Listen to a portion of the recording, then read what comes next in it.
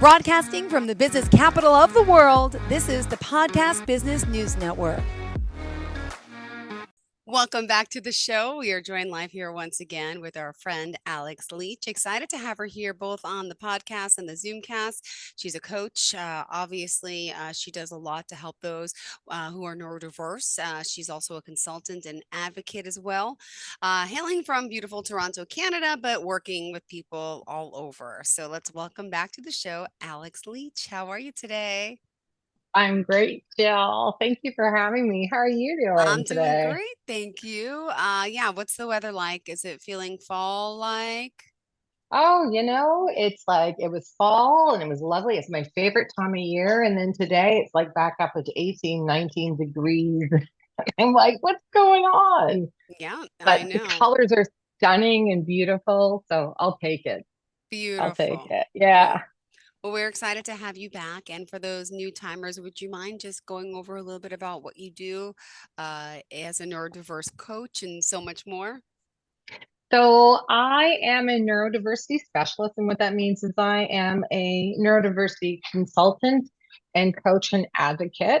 I mainly work with parents, but when I'm working with parents, I'm actually working with the family. I'm working with the parent and the child between teen or youth, right? And some parents come to me because they have certain tasks or queries that it's just, Yeah.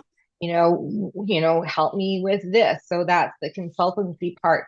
But another big part, and the part that is, it's all near and dear to my heart, but this the main part for me is the coaching part, the parent Yeah. education, and where we really understand and nurture and able to empower not only our child but our family as a unit. Yeah. And I know today you want to talk about gender for children. We're going to focus on that. I also want to let you know we're opening up the phone line 631-307-4010. If you have any questions throughout this conversation about something she's talking about or something in general, it's fine. She's here to help. It's 631 307 4010. Feel free to call in with any questions. So, gender in children.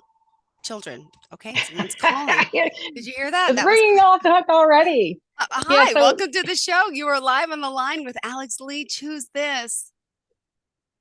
Hi, this is Sarah Hi, Johnson. hi, hey, Sarah Sarah. Johnson. Pleasure to have you here. Just to let you know, you are live here on the radio show with Coach Alex Leach. Did you have a question for her to start? So, my son has a learning disability, and I feel like he's not like getting all the services he needs at school. So, Mhm. do you offer guidance on how to better advocate for him?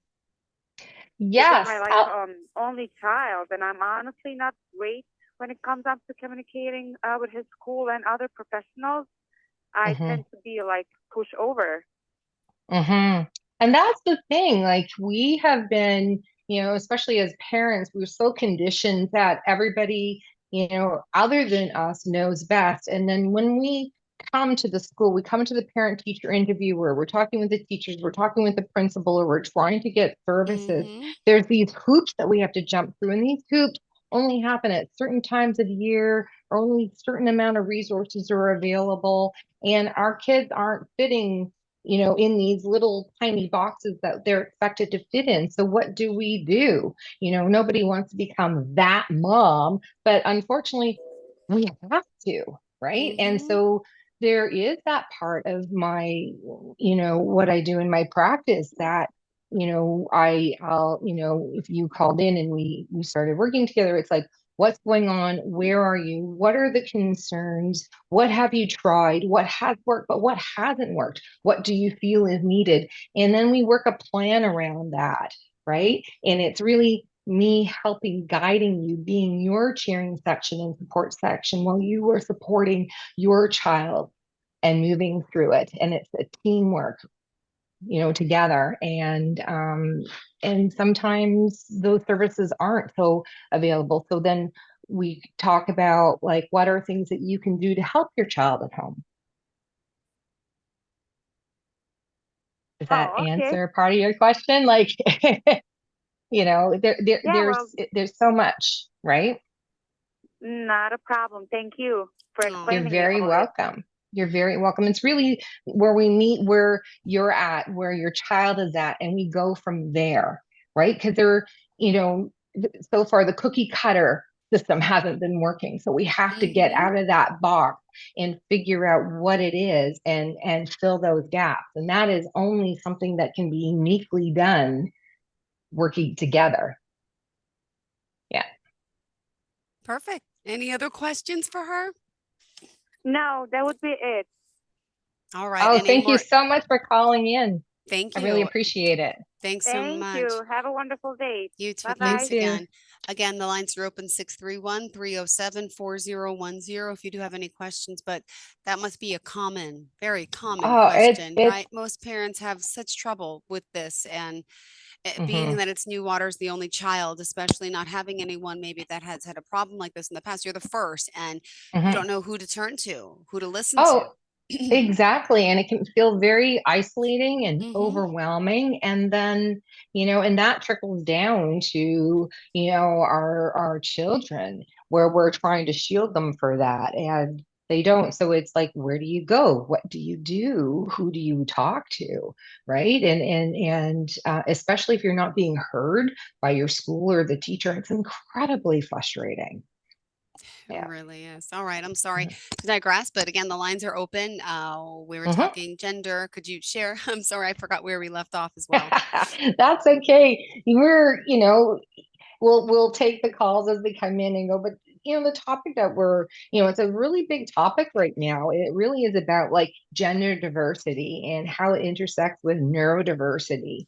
And it's very confusing, right? And so like with neurodiversity, it really refers to the variations of how, the individual or our child or ourselves, you know, socially communicate, how we learn, how we focus our attention, and other brain functions such as that fall into that executive functioning category. And many neurodiverse individuals present with autism, ADHD, learning disabilities like dyslexia, right? Yeah. And it really describes it just how the variation in how we think and experience the world, right? And there's a lot of challenges that being neurodiverse, a lot of the neurotypical, the neurotypical environment that we're living in don't necessarily understand and or can accommodate or accept. So it compounds those challenges, right? And then you take Yeah. gender identity, Yeah. sexuality, and put that in there, right? Yeah. And a lot of people are saying that, suddenly this is such a hot topic, or, why is it so important that my child is, like anchoring down their identity when it comes to, gender or their sexuality. And really,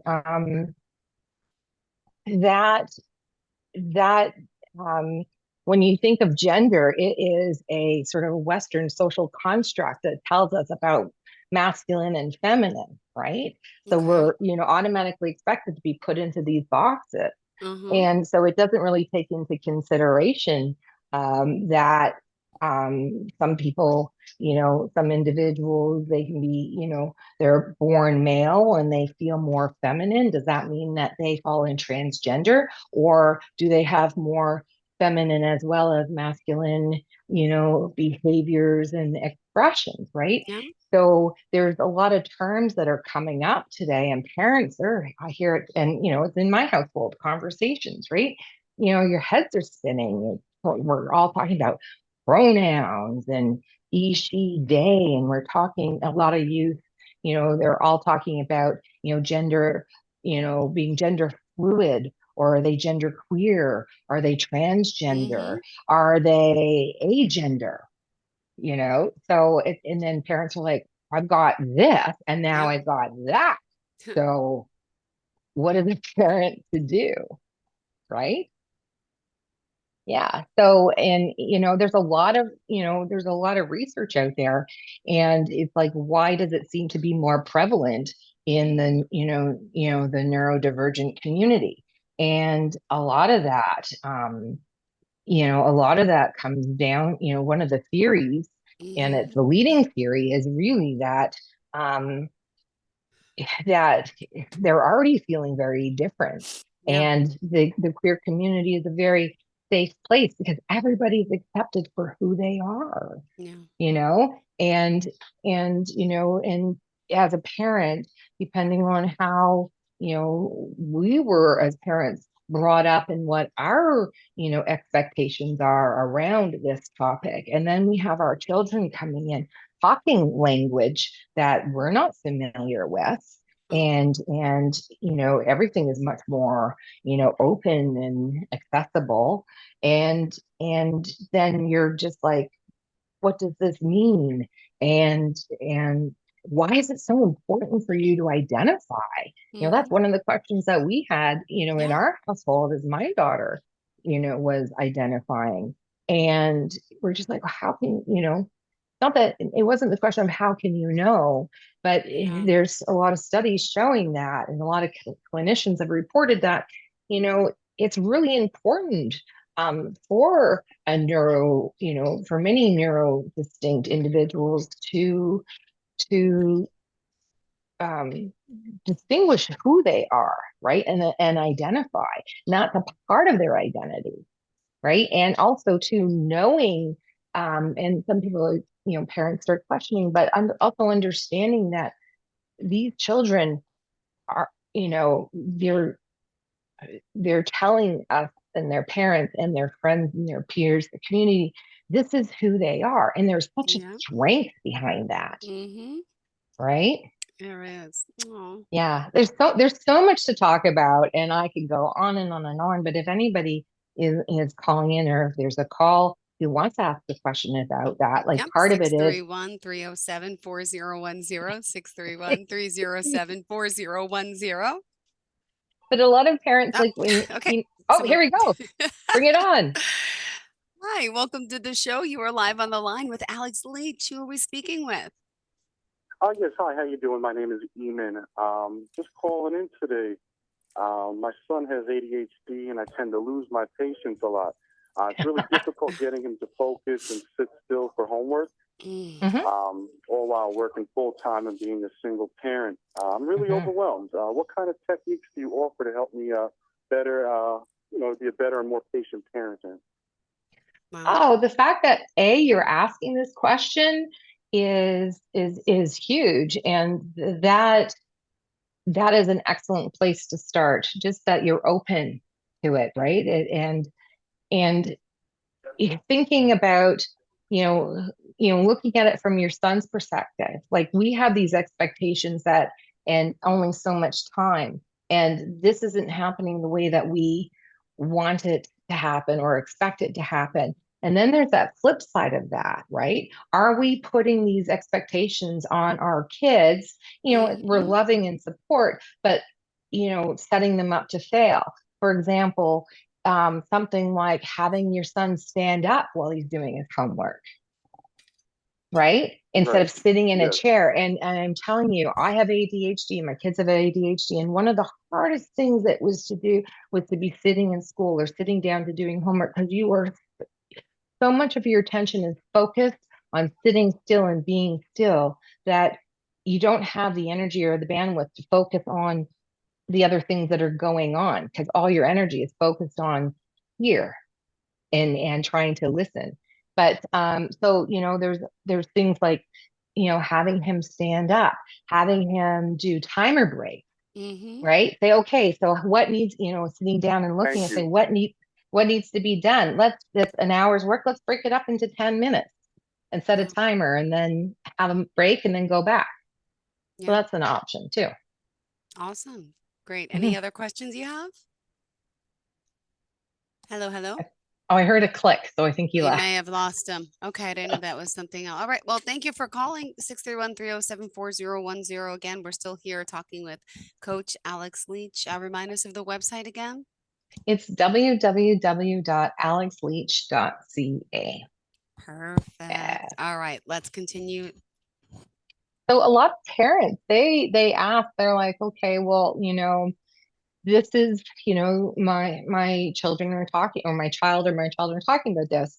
And, so what do we do? So a lot of it is very overwhelming and can be very intense, right? And sometimes they're conversations that we're not expecting to have necessarily, and they just come out of the blue, and we're just like, where did this come from? And so a lot of times when I'm working with parents around this topic is that, remembering about like your parent, it's sort of like your parenting values. Like, we tell our kids all the time that I love you no matter what. Be who you are, right? I will Yeah, always love you, right? I yeah. love you unconditionally. And then suddenly our children or our child comes up to us and said, well, I'm not sure if I'm male, female, this, that. And then it's like, you know, it challenges our values and what we've been taught. It, in the background, and all happens in milliseconds, we're suddenly worried and concerned for our Yeah. kids. And Mm-hmm. our response to their vulnerability, bringing Mm-hmm. that conversation to us, suddenly unintentionally comes about us. And that can actually have a very negative impact to the conversation. So, one of the tips, as I say, if your child comes to you and having this conversation, remember your values. Remember that you're telling them be who you are, authentically who you are. And now they're telling you that who they are is a little different than Mm-hmm. you expect. So why is that suddenly going to change? Yeah. Right. So that's one thing to think about. The other part is when you have that conversation, that conversation suddenly drops in your lap. Listening is key. Listening, active listening is key, Mm-hmm. right? And also keeping your trying to manage your emotions and that negative feedback instead of like things like, oh, you're just saying that, or that's just a phase. Like, keep those reactions to yourself and away for your child for now. And one of the things that I suggest is if you feel that's your instinct when your child has come to you with this information, the first thing, one of the helpful things is like, I am so happy and that you trust me and come with me, to talk to me about this. But this is a lot for me to take in right now. Can we, revisit this on a, day X, Y, and Z or in an hour if you are finding it difficult to sit and actively listen. And part of that actively listen is listening. And if you have a question, ask the question. But they're coming to you. And one of the first things are like, are you sure? And we don't mean it that way, but sometimes our questions aren't it's almost like we're challenging what they're feeling and thinking and Mm-hmm. or discrediting this and invalidating their experience as opposed to validating and affirming our love and support for them. That's not what we intend, but sometimes that's what happens. So it's okay to say to your child, can we just put a pin in this, and I want to digest this, and I want to do a little bit of research and look because I want to have this conversation and be there so we can talk about this together and figure out how we move forward with this together. Yeah. That's Yeah. that's a way too, right? Oh, Yeah. And then a lot of parents, right?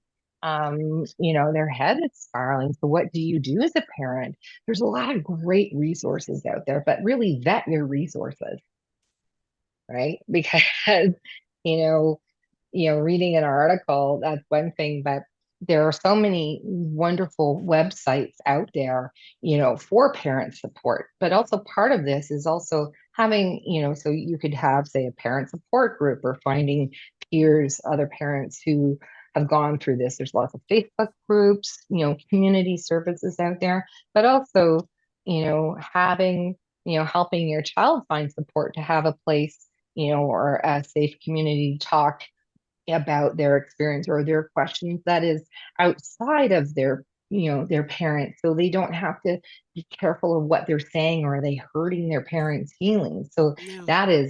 that's a big piece of the puzzle there.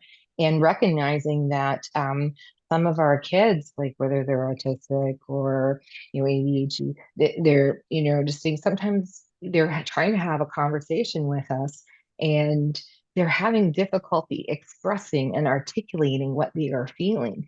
So we turn around and start asking questions and peppering them with questions, right? And that also, on the flip side of that, we're asking because we want to know and love our children, but sometimes on the flip side of that, that can shut down our children, right? Absolutely. In a Yep. vulnerable conversation. 631-307-4010. If you have any questions, still lines are open. We just have 4 minutes left. 631-307-4010. All right. Mhm. Coach Alex Leech. Yeah. So, Jill, do you have any questions? Well, I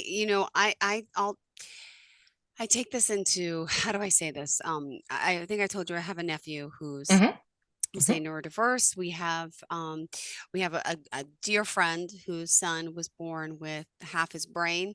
Hmm. He's neurodiverse. He's nonverbal, and Hmm. we just saw him last week. And it's amazing now. He's like a man. He's 16. He's a teenager, right? So he Hmm. still has his mind is that of a child, a young child.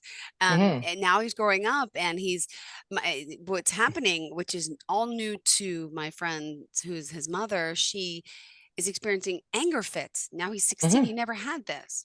And Hmm. the doctors are concerned because it got to the point where they had to pull the car over, and the father had to hold down the son. He started hitting, his mother. Hmm. And it's so sad because he can't verbally communicate what's wrong. Hmm. And for him never to be violent, never to act out, now all of a sudden he has been. So Hmm. I'm just, for someone who's dealing with a situation like that, I know it's good to see your doctor to find out, but just if you Hmm. had any experience with someone who, maybe was okay early childhood, but now there's are Hmm. acting out in a different way. Any insight to that? Any maybe advice for someone listening? I can also, of course, tell my friend, like, any Hmm. any how would you handle that?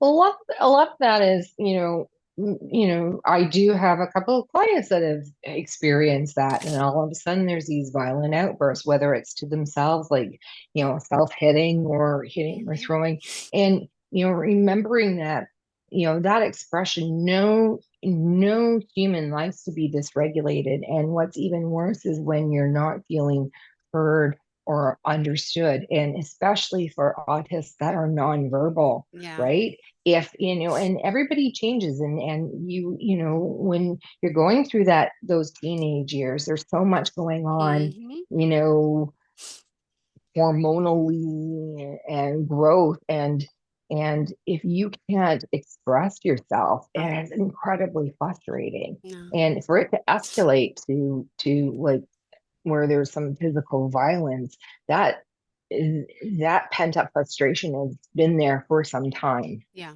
right? So it's looking back, and our kids are talking to us all the time, communicating to us all the time. But what do we do when it feels like it's happening overnight, right? Yeah. And it really is. Um, we know our children best when we're trying to communicate, and it's really trying to understand and help them understand that you're trying to understand them and figure out how to have that communicate, and sometimes it's just time, Yeah. right? Sometimes it's just time, and not time, but yes, it's time, but it's also timing.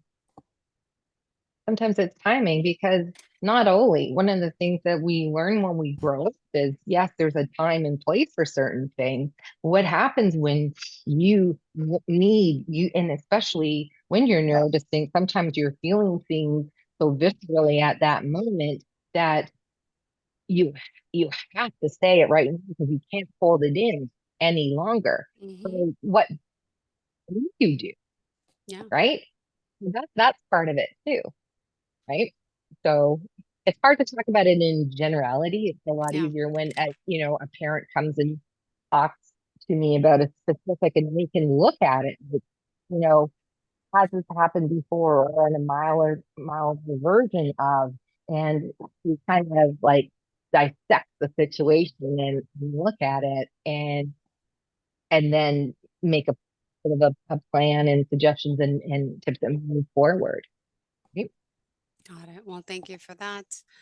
We are just about out of time, Alex. Remind us how we can contact you. So the best way to contact me is www.alexleech.ca. That is my website. My email is alex@alexleech.ca. And if you don't remember the email, go to that website. You'll find all the little icons on how to contact me. And I would love, I'd love to hear your questions, comments, and I'm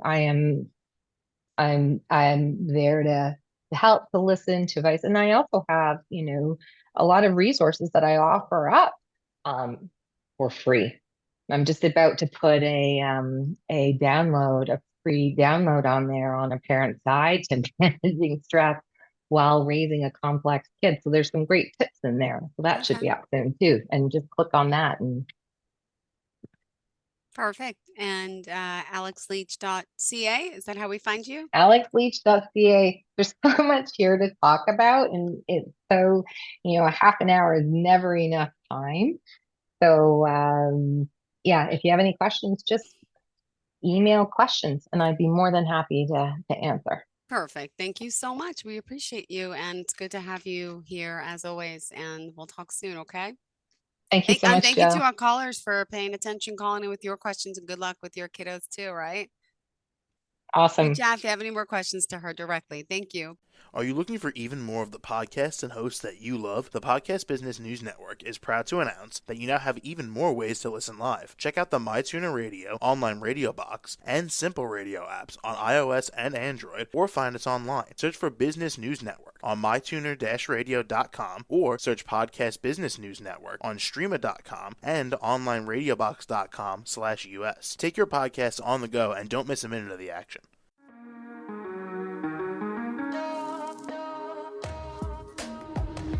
Broadcasting from the business capital of the world, this is the Podcast Business News Network. For nearly 2,000 severely injured veterans, everyday life has become filled with barriers. Day-to-day simple tasks can become pretty daunting. I have to carry my chair up 2 flights of steps or have somebody do it for me.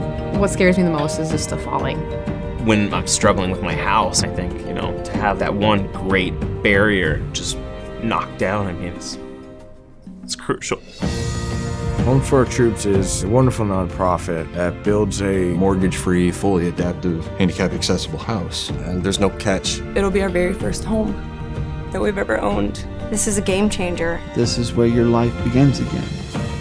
We need you to join us in completing this important mission. Please visit hfotusa.org and help build homes and rebuild lives. Because of you, everything's going to be okay.